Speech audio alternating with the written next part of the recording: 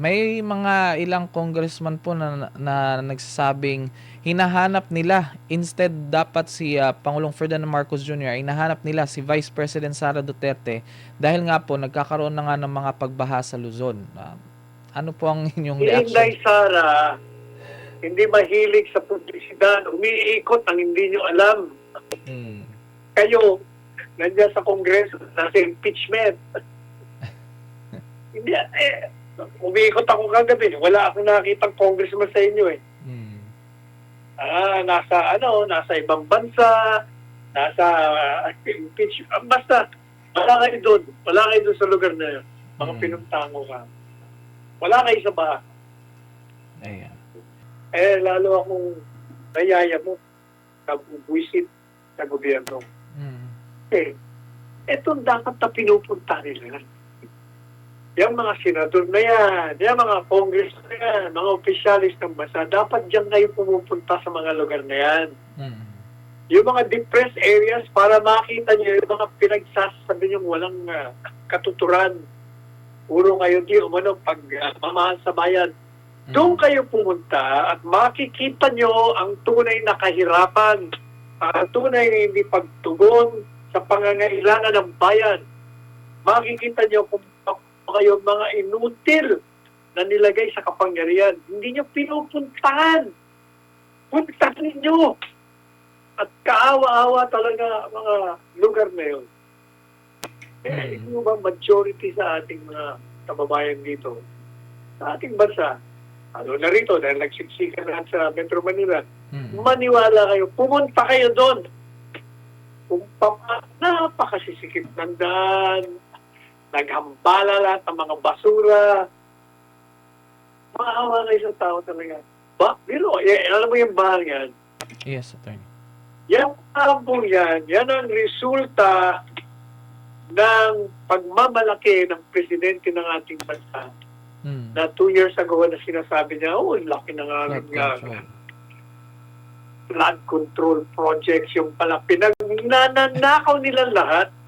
Kaya yan ang resulta.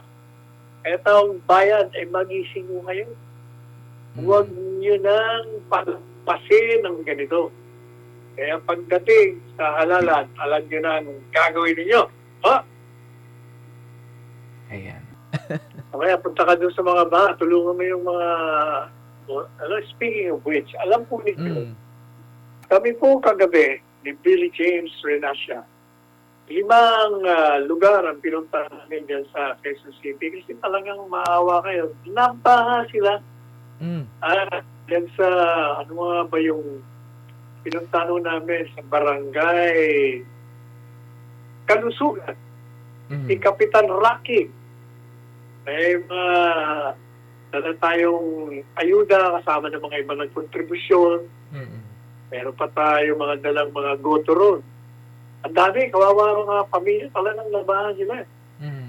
Kahapon na nangyari ito nga witness ng prosecution ay dineklarang hostile witness at ito nga pong paggamit ng AI generated na mga materials to illustrate kung gaano ba kakapal, gaano ba karami. Pero sa tingin niyo po, Attorney Sal, at yung assessment niyo po kahapon sa impeachment trial, ano po ang inyong komento po doon? Number 1, itong abogado ng prosecution hindi marunong magpalipay ng isang hostile witness. Tinutulungan pa sila ng presiding officer. Hindi marunong. Maghanap kayo ng ibang abogadong marunong mag-handle ng direct examination. Apart from napakabagal, pag nagtatanong, inuulit ang sagot. Talaga naman, marami pang mga extra mga remarks na hindi kailangan. Kaya nagtatagal Ang problema dito sa abogado ito, palibasa ngayon lang siya nakikita sa TV, pinatatagal niya. Mga salita niya, kung ano-ano mga sinasabi niya. Para yung camera nakapokus sa kanya, natagal nga naman siya sa screen. Ay, nako. Pangalawa, yung po AI generated, unang-una, hindi naman talaga naglalarawan yun. Tunay na larawan ng anumang bagay na gusto mo i-generate through AI. Ay, wala, hindi naman pera yun. Pangatlo, ito unang-una, hindi ko maintindihan ang prosecution.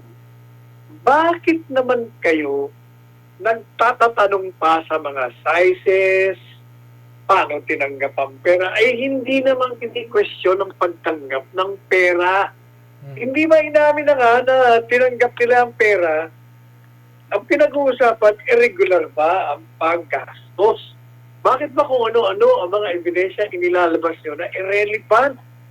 Ito naman presiding officer, wala, hindi rin alam. Kasi kung ako depensa, objectan ko yun, no? Relevance niya. Walang relevance yung mga sizes ninyo. Nagsasayin lang talaga kayo ng oras eh. Talaga naman. Ay, nako.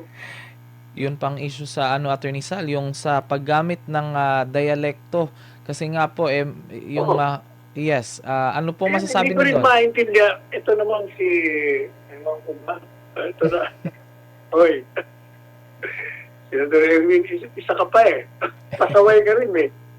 Pati yan, kini-question mo. Hayaan mo ang testigo kung anong gusto niyang lingwahe. Para maintindihan. Para hindi magkaintindihan. Ito mo, Bisaya, nahihirapan eh. Bakit ba nagre-reklamo ka? Para talagang tungkulin ng hukuman na magbigay ng interpreter. Ang problema kasi, hindi kayo in-anticipate. Yan ang problema. Hindi kayo ready.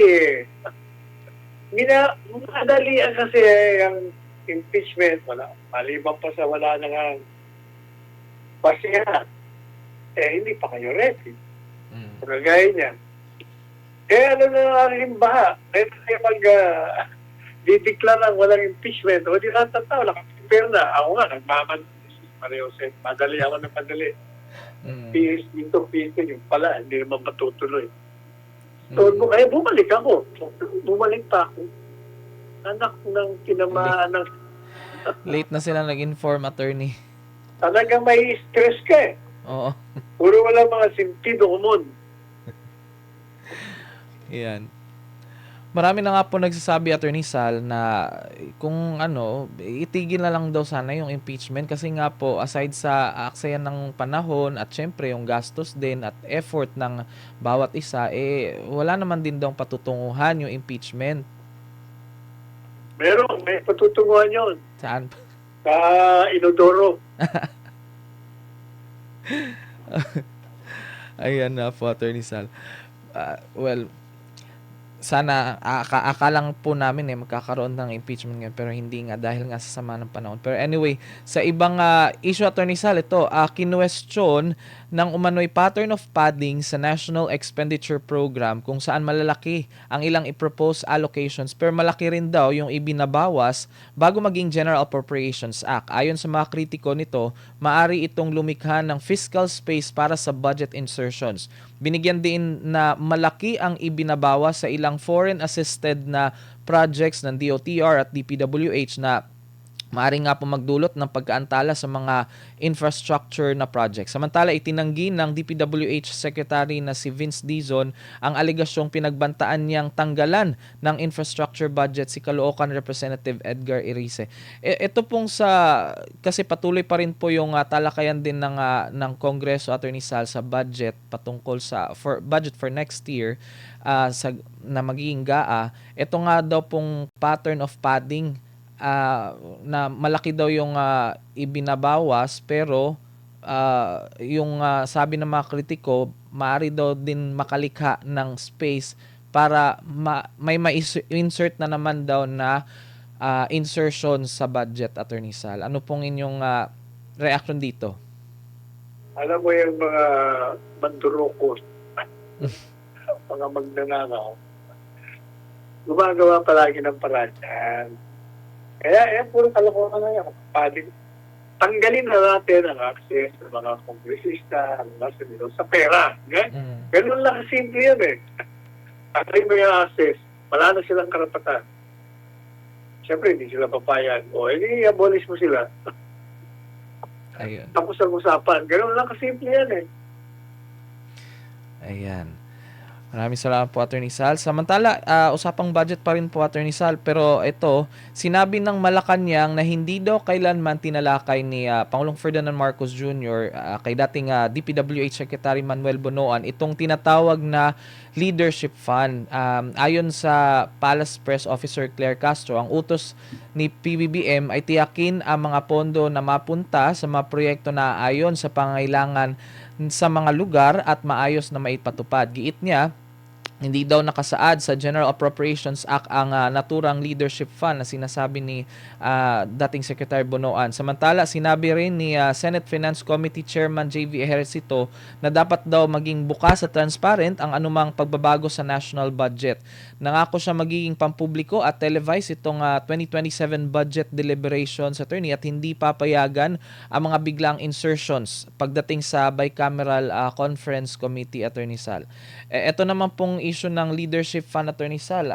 I believe na talakay na din po natin ang part nito last time, pero yun nga, parang sinabi din ng Malacanang na walang sinabing ganoon si Pangulong Ferdinand Marcos Jr. kay dating DPWH Secretary Manuel Bonoan na leadership fund.